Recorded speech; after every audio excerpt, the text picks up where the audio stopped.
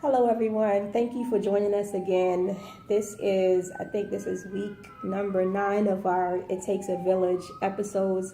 I'm so excited and grateful that you've been tuning in.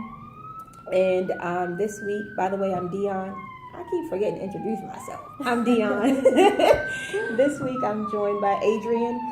And Adrienne and I actually met on Facebook. So for those of you who just think social media is a waste of time, you are lying. Social media has produced a lot of great things for me. And Adrienne and I met as a result of me putting together a Lupus Warriors photo shoot. Mm-hmm. And I'm not sure who sent you the invite, but I'm glad they did. Yeah.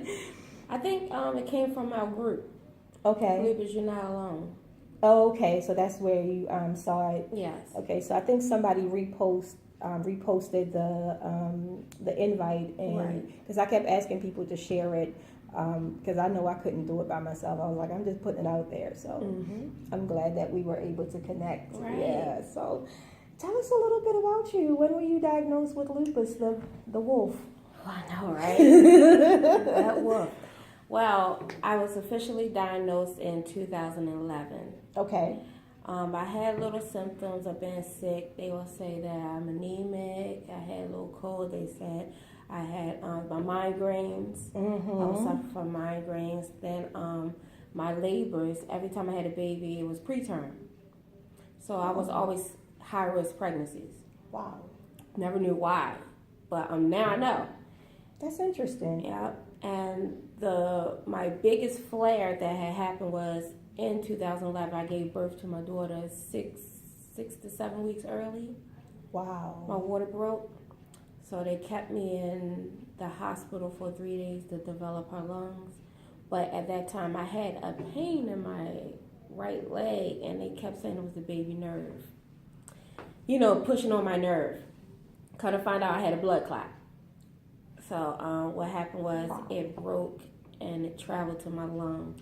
Grace of God, it passed. So I'm here now. But did y'all hear what she just said? A blood clot. Yes. I had 3 of them actually, but that was the biggest one. And it lodged, and they said that they kept talking about wills and you could die in 60 seconds. Who will take care of you? It's just too much to deal with in less than 48 hours. After giving birth. After giving birth, you're supposed to be happy, right? So, wow. I found myself in the ICU for, I believe, 4 weeks, for a whole month. Wow. Yep, Christmas, New Year's, kids' birthdays. That was intense. It was very intense. Thank God you're still here to talk about it, because some people don't, get that opportunity. And this is one of the reasons why I'm doing this series, because most people hear about lupus and they're like, oh, it's just pain. But to hear that side of it is totally a different spin. Yes. I don't have any kids yet, so certainly when I think about having kids, I was told by one of my no longer friends that I'm being selfish for even wanting to have a child, because I'm putting myself at risk by wanting to have a baby and bringing a child into this world, knowing what that can, do to myself and that baby. So after going through that, what's your take on it? Because you went through that. After it all, after 4 kids, I still want another one. Okay, I just... You're still human. I'm going to go ahead and text them this link. I'm going to text them this link. Patty, like, you hear this? You're still a woman. You're still human. They actually tied my tubes after that. They said I could no longer have children because they said I had a blood clotting disorder before I was fully diagnosed. So been on Coumadin for a year. I was like, what y'all mean? Hold on. So I have lupus. I don't have a blood clotting disorder. So... But I think because of the risk of it, they probably just... Yeah, they just wanted... That's the fast way out of it, but... Yeah. I made it. Yeah. Everybody has risk. You don't have to have lupus to have risk. Right. So but that's just an added risk. Right. And that's one of the things that really made me scared, because I'm just like... I hear about the death part of it. That's where people go as far as like lupus and giving birth. It's always, the death... You could die. Everything is you could die. You could die. You could die. You could die with anything. High diabetes, preeclampsia. Right. You could die a lot. And I just read that today, as a matter of fact, that you said that, Yeah. that, that's one of the risks of being giving birth with lupus is preeclampsia. So I was but looking if at God that. is willing, you could do it. Right. So You know. I didn't even know your story to this fullest extent, and I was just reading up on different facts about lupus, and somebody had posted that particular fact. So that's amazing. So what type of medicine are they treating you with? I try not to take so much. We all know that we try, but I tries. But So right now, prednisone. I'm taking Lyrica. okay, I've heard of that one. It actually helps. It's a lot better than the other stuff to make you all sleepy. They got me on. I can't pronounce half these medicines anymore. They got me on some nausea medicine. Okay. Now I supposed to have asthma. Like recently just developed asthma? Yeah, asthma. So I have now. After all these years? After all these years, I don't know what that's about. So now I have my inhalers, and okay, it's just a lot. Breathing treatments. I just think it's allergy. I try not to. I try to get second opinions. Right. We before all I do that. Consume too much medicine. Right. But right now I've been taking a lot of multivitamins, more so than the medication. Mm-hmm. And ibuprofen, that's just my daily. Ibuprofen, okay. 600 milligrams, 800 milligrams. So, what about Plaquenil? Do they have you on that? Yes, but I stopped. You did? I did. I tried that last summer only because I couldn't afford my health insurance, which means I couldn't afford my medication. And that flare that came with it. It's a lot. Yeah, the flare that came with that thing. It made my mouth jitter. Like, you get that symptom? Not just my mouth, everywhere. Yeah. So yeah, I always had like the jitters, like the shakes. The whole shake, looking like a straight up. Like this, like I was like, what's going on? Is this Parkinson's? So yeah. I stopped. But a lot of medications I don't only take it if I'm really, really sick. Okay. And I take B12. Okay, so that's one of the things that I don't take that I probably need to. It helps me because I work 8 hours and I'm not tired, so I take one in the morning. Mm-hmm. And I don't take it after 12 o'clock. Oh. Then my insomnia will kick in and I can't sleep. So you take yours early in the morning? Yeah, I take it in the morning. That's it. If I don't take it at all, I take vitamin waters. It has B12 in it. Maybe I need to take one of those in the morning because I swear I'm telling you, like now it's after 4 and fatigue has set in, and I need a nap like nobody's business. Mine got so bad. I was cooking. I stopped cooking because I will be cutting, and I'm not. And it when the rain hits, I say if you don't want to lose a finger, right? now, And when the rain hits, it's just instant. You shutting down. Mm-hmm. So like drop down sleepy, like I found that the B12 really helped. If it's a drop, you take the drops. I tried that, but I take the chewables. Okay, that will work because I like gummy bears, so that will probably put me in the mind like I'm eating gummy bears. Yep, I take the multivitamin, the hair, the skin and nails. Okay. The gummy bears. I like gummies. I take that. That will and work. My hair been growing, and I use the my dermatologist gave me this grease that I use, so my head hasn't shed as of Really? yet. Yeah. Okay. My hair just started growing in the past, I want to say 3-4 months, because it was falling out around the edges. Yeah, like it just sheds. So you comb it comes right out. Well, that's a good thing. So you've experienced a lot of successes since you've been diagnosed. Yeah. What are some things that you do to help you stay focused and to pick you up when you're feeling down? I don't set no limits. I don't subject to myself as someone with lupus. Good. So what I do is I live. I'm so glad you said that. Yeah, I felt like the first year or two, all I did was research Google. Mm-hmm. Half the groups I'm in is because I was like, oh, God, what is this? Somebody tell me, what's this lump? What's that? What's this bruise? Why is that? And then I had to say, stop. Right. Stop. I had to feel like you always had lupus. You always had these problems and you was living. You got to live. I can't. Get out and enjoy life. Yeah, I can't fall so deep in that depression because that would kill you even more. So my thing is live.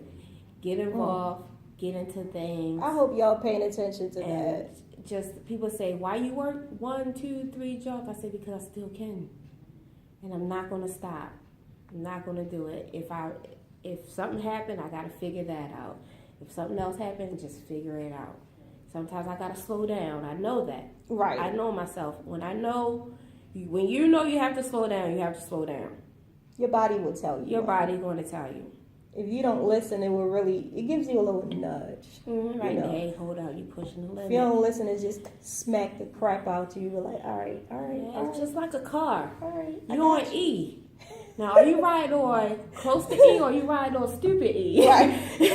When you driving, you know. I was almost on E coming here. I was on stupid E coming here. I was like, I'm going to go ahead and stop at the gas station. I don't care if I'm late a little bit because I don't do E. See, that's imagine your body. That's your body saying, yeah, I need some sleep.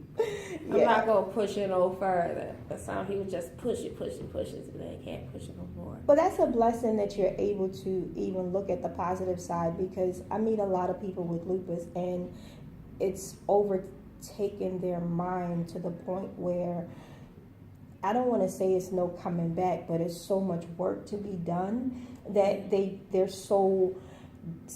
in that sunken place. And I do my best to help people because I know what it's like to be in that sunken place. And one of the things that helped me the most was just being able to meditate and read and surround myself with people who were stronger than me. Mm-hmm. Because I found that when I was around people who were just as broken and in pain and going through that same stuff I was going through, it only pulled me further under. So not that I'm better than anybody else or, I'm further along in my healing or anything like that. I just want people to be able to live and not let lupus kill them, Exactly. And the first thing you have to do, you got to educate your mind. You have to tell yourself you're stronger than this. You can't.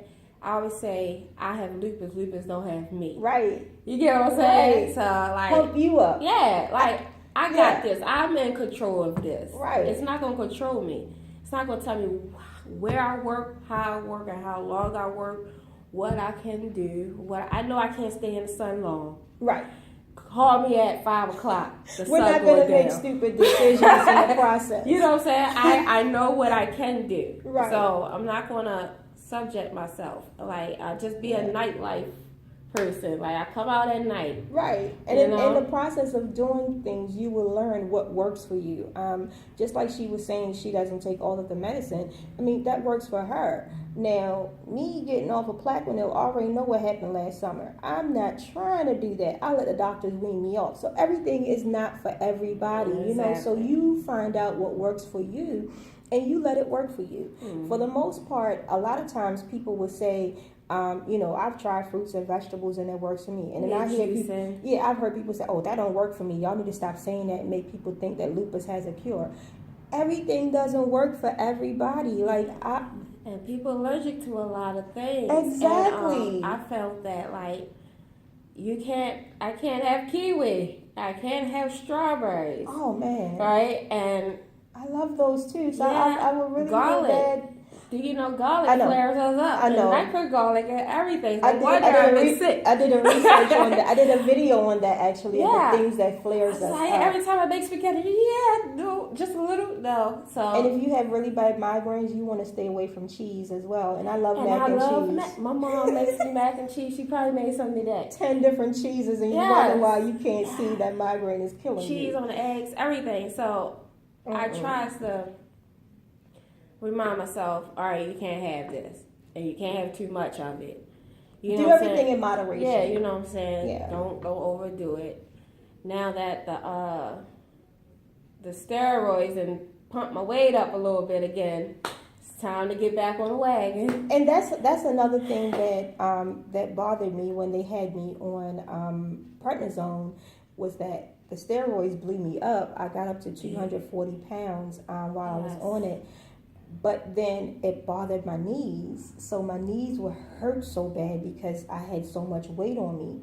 So once they took me off, it was like, okay, it wasn't like, oh, the weight was going to come off right away. So I'm glad that you brought that up, because that was one of the hardest things, was losing that weight. Yes. Like once I finally, it took me 2 years to finally drop the prednisone weight. And now that I finally dropped the prednisone weight, like literally a month or two ago, is when I finally realized, oh, that prednisone weight came off. Now I'm pressing to lose the other weight that I really wanted to lose years ago. So But that's it the thing, takes when you work. it like I lose this weight every year. I go through this, so I don't even like get rid of the big clothes. She It'd said, be I a keep them. season where I have my She keep the stuff. I'm about 160. Then I'm all of a sudden, I get the two fat. What? You know, it's just because you can tell how much I've been sick. And you go up and down because of the medication. Yeah, so if I had to be on prednisone all winter, yeah, I'm gonna have to get the weight down all summer. And most people don't know that that's what they use to help control, the pain level, and the flare-ups and the inflammation. That's how they use. That's what they use. They don't have a direct medicine for lupus. Yeah. They just use other stuff, For your other migraines, medicines.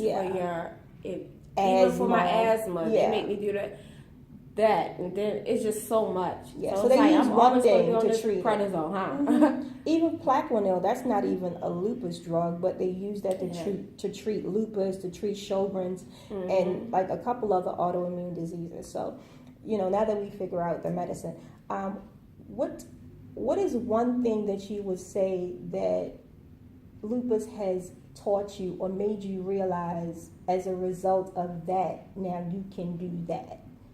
Because some people, you had to go through a storm in order to realize now that you're so much stronger and you can do this. I don't know what that thing is for you, but I didn't realize actually how strong I was. Yeah, I am. I've been through a lot since I've been sick. And I noticed I could figure things out a lot quicker and not break. To be strong, like I fell 3 times. Having been sick, losing a house because you can't go to work. And then you never imagine, I'm not going to have a house, what I'm going to do in that situation. But every time I did it, it didn't take me long. Bounce back. Bounce right back. I'm talking about I just weeks. got chills. I'm talking about, this job ain't working for me. It's too much, so I need to do this. I need to do that. Think fast. And then by the time I'm about to quit, I'm starting another one. You know what I'm saying? Because I knew my limits. And I knew you can't no longer cook. You can't, your hands hurt. You can't do this. So what are you going to do? Well, I'm applying for a job. No. I got insomnia. I'm up all night, so now I'm applying for 20 to 30 jobs. So within them 20 and 30 jobs, 5 gonna call me back. You know what I'm saying? Wow. So that's how I use it. All right, I'm up all night. I guess I do this. I guess I do that. And I always take my time. I just met so many people talking since I've been in those groups. I opened up. I didn't always have a voice and, talk to you and I'm going on camera. Oh no. Now I'm like, hey, let me talk to you. It made me who I always was. Come out of that shell. Come out the shell, not afraid. I feel like I could do anything. You get what I'm saying? You found your voice. I found my voice. People say, oh, you are in all this stuff. Yeah, you're right. Because I can. That's the blessing, and I'm so grateful that you're able to share your story, because a lot of people out there are hiding and they're scared, and I was one of them. It took me probably 2 years to start this YouTube channel because I was scared. I was scared that nobody will watch. I kept telling myself, nobody knows me. They're not going to watch me talk about lupus and, talk about any autoimmune diseases and, whatever struggles that I go through, the lies I told myself, and I believed them. But what I realized from the first video to now was that there's so many people out there who are going through. So I'm glad that you said it. I had a voice. I still have a voice. And there's so many people who are waiting to hear from it. So as we close out, I just want to say to you out there who's watching, you heard what Adrienne just said. If you have a voice and you're afraid to share it, don't be. There's somebody out there that's waiting to hear from you. Your blessing is coming. And your blessing is attached to somebody else's blessing. So don't hold your blessing back by being afraid. I just heard this on, I think it was Devon Franklin said this on a sermon last week. Don't allow your fear to steal your future. And I'm one of those people who did that. And now that I'm walking in my stuff, just owning my stuff, like, look, I'm afraid to do this, but I'm going to do it anyway. So if you're afraid, just do it anyway. Like Nike, just do it. So until next time, make sure you share this video, subscribe, share it with somebody who really needs it, because let them know that they're not alone. We're in the fight together. Yes. Put them purple gloves on and throw them L's up. We're going to do this together. Until next time, love on you and take care of you. Blessed.